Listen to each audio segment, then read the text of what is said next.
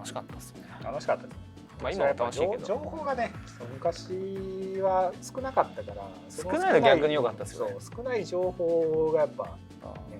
想像力をかき立てる想像力かき立てる面はあったな。攻略もそうだしそのゲーセンねいくつか分かれてるっていう面でもね、あいつが強いとかっていうのもそうすげえ誇張して伝わってきますからね。大体誇張されてるからそう駅前のアナカリスが強いみたいなさ、何百連勝したみたいなさあったあったすげえ誇張されてます、化け物みたいな神がだってサコさんぐらいだったらさだって強いやつがいるっつうからさゲーセン行ったら誰かいたみたいな感じになるでしょだってたまに。まあでも、まあ、遠征しだした頃にはもう結構やっぱ自分が強くなった頃だからそうっすね。俺が遠征し始めた頃ってギルティやり始めた時と、あとサードでもちょっと遠征してんけど、やっぱサードが一番きつかったからめっちゃ猛者が多くて猛者が多くて、そうっすね確かに。ギルティは逆にね俺が使ってるキャラがエディっていう、結構特殊なキャラだったからサコスペありますからね。そうだ俺サコスペってなんかで俺エディとかので知った気もするな。あれちょっとどんな連携だかちょっと忘れちゃったけどなんかつつく伸びるかな。昔って何だっけ下からボーンってボーンって出てきてパンって受け身不能になるやつ。あったあった。そうあれを当てるのがやっぱ最優先で伸びるよりも絶対にそっち当てた方がその置き攻めできるしはめれるからこっち当てるルートを作った方がいいなっていうので作ったのがサコスペって言われてるんです。だって田舎に住んでる俺とかの方までサコスペって伝わってきましたからでもサコって誰だよみたいな感じだもんだってその時はよく分かんなかったから、だからこれサコスペっつうんだよみたいなみたいなそういう感じですよ。でバレッタとかのもそんな感じでサコスペギルティが一番面白かったかな。セーバーではもう逆にその遠征した時にはもう名前が売れてたからもうどこのゲーセン行ってもサコさんやった感じで言われてたからあんまりなんか道場破りみたいな感じせんかな。逆にギルティ行った時はマジで周り俺のこと誰も知らなかったからそれ楽しいですね。マジで楽しくてそれ楽しいかも。そう誰みたいな感じそうね。知らんゲーセン行ってはそこにおるなんかギルティの猛者をボコボコにしてやったーみたいな気持ちいいみたいな。だって気持ち悪い動きするんだよ多分その AD だってさエディって今でこそ今のザトウとかはさなんだまあゲームの、ね、練習環境が良くなってるのもあるからさ、結構みんなねある程度すごい連携2体同時キャラもある程度連携やる人多いですけど当時2体同時にキャラクターを動かすキャラクターってエディしかいなくて発明だったんですよあれ格闘ゲームの。衝撃的やった。だって1対1で戦うゲームなのに基本的に格闘ゲームってでも2体動かすんですよ同時に。弱いわけがないから。そうでそんなシステムって他になくてでそんなの使えねえだろっていう感じだったんですよね。しかもエディゲージっていう、ね、ゲージもあってそれがなくなると急に弱くなるみたいな。そうだから俺当時の多分サコさんにボコられた一般人の気持ち超分かってそんな難しいキャラ使えないからなかなかだから多分ソルとか普通のさ、なんかそういうジョ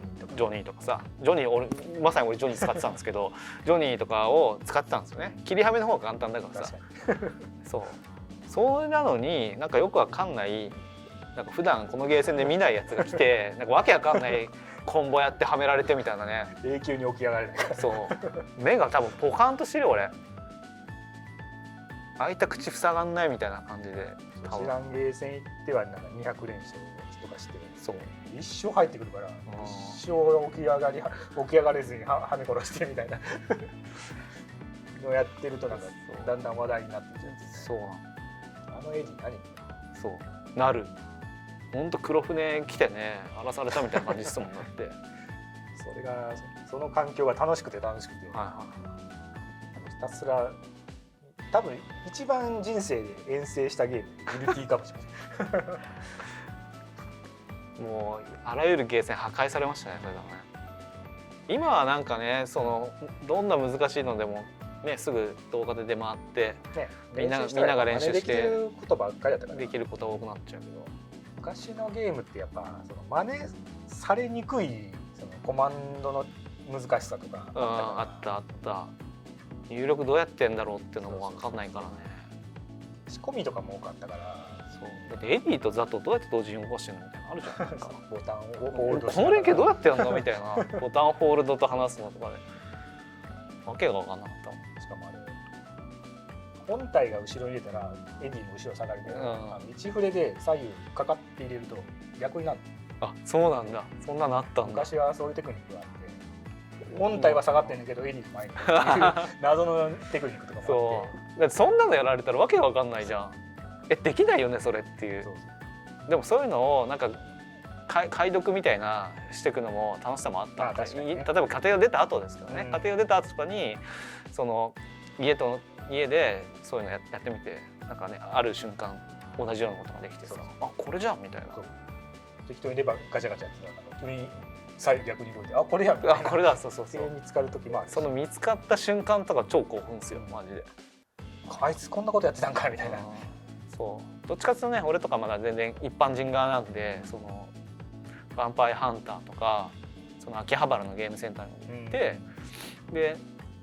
当時俺14とか15ぐらいだったのかな、秋葉行って、そしたら梅原君いらっしゃって、はい、もう当然名前知らないんだけど、秋葉のセガのゲーセンでいつも80連勝ぐらいとかしてそう俺それはマジでベガ立ち。埼玉の田舎からわざわざ来てるから電車賃だけでもヒーヒー言ってんですよ。だからゲーム対戦できないんで、俺ひたすら梅原のプレーをガン見するっていうのをよくやってました、あの時代は。それで思い出しましたね。そういうなんかこれどうやってやってんだろうみたいなのがマジ手元とか見て、初めて見たのが梅原のプレーね。初めて見たのは青いドノバンでした。ドノバンで80連勝ぐらいしてわけわかんなかった弱かったじゃないですか。弱いって言われてたじゃないですか最初。そうやね。新キャラドノバンかっこいいけど、かっこいい。そうやっぱ難しかったの。剣モードと袖モードがあって剣を引き戻したり。いや俺あんなさ剣でさ挟み込んでさコンボやったりしてるのさ、俺衝撃的でしたもん見たの。当時なんかもう挟み込んだりしてでローキック連打かなんかが超減っててさ、ジャクブオーとかっつってこんな減っててすごいと思って、それをパクって地元のゲーセンちょっとレベル低いんで、そこで梅原君の真似をして練習するっていうのを繰り返してた中学生の時代でしたね。あれは梅田のモンテカルロとかね。はい梅田。あこで100連勝ぐらいした。いやすげえじゃないですか。だって梅田ってまあみんなご存知の通り大阪でめちゃめちゃ栄えてるとこじゃないですか。そこでモンテカルロっていうのは50円とかですよね。50円ゲーセン。50円ゲーセン。でも50円でできるから猛者が集まるんですよ。ガチガチの。しかもちょうど俺が行った時、そのギルティの全国大会かなんかの予選が終わった後にめっちゃモリモリの、いやすげえっすよね。やばいぐらいその人が集まってる状態で、3階建てで2階がギルティ置いててるけど、2階のコーナーがもう満杯すぎて多分200人ぐらいおったんちゃうかな。いやそうですね、満員電車みたいになるんですよね。どっかの大会かなっていうぐらい人が多くて、そこで連勝しちゃって、すごい誰みたいななりますよそりゃ。予選とかも出てなかったから。それかっこいいやつだ。大会出てなかったけど大会出てたやつら全員なぎ倒すみたいなやつね。そう聞いたことあるそういう話。そこで切符取ったやつボコボコにしちゃって。あれはもう話題になりますよ。あれ誰みたいな。あれは面白かった。それは気持ちいいっすよね多分。なんかそういうのがさネットもないからさ、その現場を見たその人たちが地元のゲーセンに帰って仲間に話したりするんですよね。そうするとさ、実際に佐古さんすげえ勝ってたんだと思うんだけど、さらにちょっと誇張されてて100連勝が200連勝そう200連勝になってたりとかもうありえない連携やってたとか誰も太刀打ちできなかったみたいな、なんか2秒ぐらいねで1ラウンド終わったみたいなとかめちゃくちゃな噂が立つよ。そういう話になって広がっていくからマジで楽しかった。そんなやついるのみたいな。おるわけないやろ。そういやでもそんなのより俺の方が強いけどなみたいな思う人たちも結構いるわけよ。でそれが行くんだよね。よう来たわ。そう地元のゲーセンに全然知らんやつらが佐古さんとやりたいがために大阪の中心部じゃなくてうんちょっと離れたゲーセンとかに、多分いろんな猛者が来たけどすごい印象に残っているのが2人おる。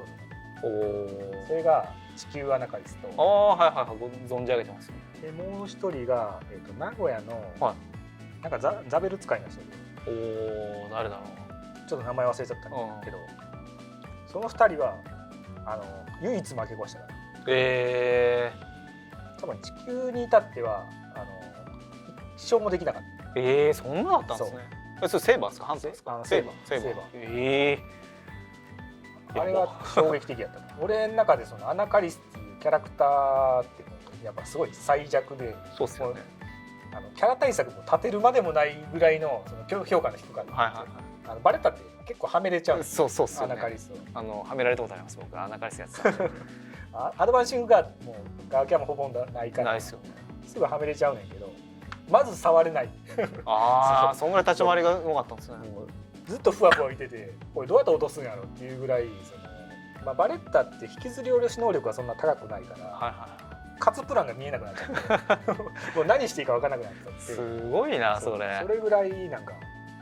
一方的にボコボコにされた。そんなすごかったんですね。でそっからアナカリス対策っていうのもしっかりしたんだ。そう。でもヴァンパイアでも本当になんか個性が強いキャラが多くてすごいいいゲームでした。僕もストリートファイターから入りましたけどヴァンパイアは本当に楽しかった。ゲームスピードがすごい速かったんで、特にあのゲームってラウンド感がないから、そうですね。1ラウンド終わってリセットして次のラウンドっていうのがないから、いきなりもうそこから始まるからそうっすよね確かにあれがちょっと他の格ゲーにはない、い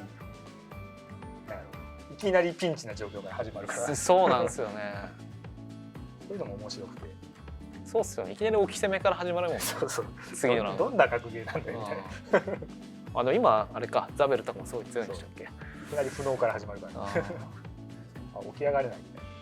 まだ僕やってた時はまだ稼働してね半年1年とかだったんで、そう俺ね逆にその頃あんまやってなくて、結構ねそうなんですよね。後スタートが多くて、セーバーもそうやし、実はスト4とかも稼働初期はほとんどやってなくて。俺でもあれっすよ、なんか謎のゲーセンで佐古さんのバイパーが勝率 98% だか 99% の俺見てましたよ。俺あれでカードシステムついてそうあれ干されちゃってねそうその時俺佐古さんのこと名前とかしか知らなかったから、活躍実際に会って話はしてなかったから、何この佐古ってやつみたいな。一応ねほんまに稼働初期はゲーセン行ってやっててんけど、なんか2週間ぐらいして誰も入ってきてくれなくなっちゃって。いや入ってこないよ勝率 99.7 とかそんなんでほぼ負けなくて、しかも負けた試合俺がトイレ行きたくなってトイレ行ったそんな試合でそっからやんなくなっちゃって。そうなんだ。スト4ってそっから家庭を出るまで全くやってなくて、その時の佐古さんは佐古スペの佐古だとかさ、そのセイバーのバレッタの人だみたいなのあったんですよ。で僕関東の人間だからさ、どっちかというと梅原最強みたいな感じなんですよ。だけどやっぱ西側の人とかって佐古最強みたいな感じだったりするんですよね。なんか期待はされてた。そうっていうのがあったから、関東の人間からするといや 99% とかこんな雑魚買ってんだけだろみたいな感じだったの最初やっぱり。スパ4でさ、キャミー時代そう佐古さんのキャミーと梅原のなんだろう白い剣ガイル龍かガイルどっちかだ、そうが対戦してる動画がさニコニコかなんかに上がっててさ、佐古さん勝っててさ、いやもうなんかすごい動きすんだよキャミーとかなんか低空のねストライクとかって何これみたいな、梅原が全然勝てねえんだけどみたいな感じで俺佐古さんの凄さを目の当たりにしたのが初めて。白剣か、あの時白剣ですよね。そう白剣の梅原の白剣と佐古さんのキャミーの動画が確かニコニコに上がってて、未だに残ってるかはちょっと分かんないけど、見てみるといいと思いますよ。梅原とか大貫が、まあ、公式大会とかでスタートダッシュ勝つ、だけどそこに佐古さんとかっていないのよ大体。だから交わってなかったの、俺の中もしかしたら相手対戦したかもしれないけど、俺ら外から見ると交わってなかったから、その特に西側の人が「佐古がすごい」って言われても「いやいや梅抜いなくなってから出てきただろ」って感じだったの。まあ実際ねその通りだった。交わったこと一回もなくて、セーバーやり始めたのも全国大会終わってからやし。ああそうなんだ。で、まあ、一応カプエスはギリギリそのやり始めてんけど、で地元が流行んなさすぎてやらなくなったし、でギルティとかもタイミング合ってないし。そうっすよね、タイミング合わないもんね。で唯一あったのがソフォーかな。はいはい、そうなんですよ。だからいや後からやって誰もいなくなったところで勝ってるだけでしょっていうのがちょっとあったもんね俺も。それで俺そのスパ4かなんかでついに交わったんですよ、その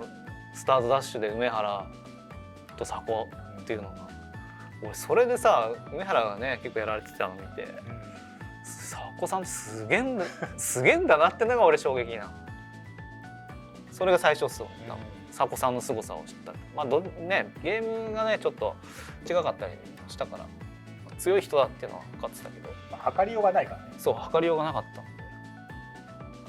僕らの世代の頂点にねいた梅原って言って影の頂点みたいな感じで佐古さんがいたからさ。俺昔から超梅ちゃんのファンやったから実はね闘撃で実際対戦はしてないんだけど、もちろん会うわけよ。有名人いたっつって影から写メで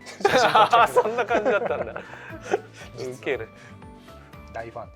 まあ、それこそやっぱゲーメストとかでも梅原っていうのがやっぱすごいすごいね、特集組んでもらってたりとか言ってほんまにリスペクトしない理由がないぐらいやっぱすごい人で。だって行き先の全国大会3連覇っすよ。そう意味が分かんないから。そういや行き先はちょっとみたいな言う人いるじゃんよく。行き先じゃないとみたいな。そういうんじゃないからね。行き先で3回勝ってますから。それで勝ってるから。そう遠巻きにそういう人たちを見てて佐古すげえってなって、まあ、今に至るわけです。俺そこの時のやっぱリスペクトはめっちゃ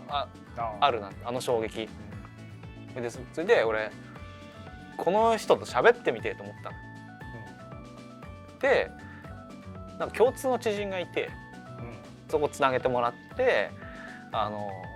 取材という名目で話しに行ったっていうのが最初なんですよこれ。まあもう14、15年前かな。結構前ですよね。終わんないですよ。終わんない。はしょっても終わんないです。そうで、まあ今回はね一旦その人生を変えたキャラクターということで原点を作ったのはバレッタだったということで一旦締めておきますかね。はい。いや本当長時間これどんぐらいの動画に切って出すのかわかんないですけど。いやまだ一部ですらないから。はい。まだプロゲーマーになってない。プロゲーマーになってない。まあじゃあ今回は一旦ここまでっていうことでどうでしたこういう話。いやなかなかその昔話することもあっても、深掘りされることってそんななくて、なんかちょっと新鮮やったかな。具体的にこのゲームハマったからこうなったっていうことあんま言ったことなかったから、まあ実際やったゲームは死ぬほど多いんだけどそうっすよね。本当に多いから数えきれないぐらいやってるけど、まあその一部分お見せできたからよかったかなと。いやもうそれは良かったですよ。楽しかったです。はい、ということでした。ありがとうございました。ありがとうございました。お疲れ様でした。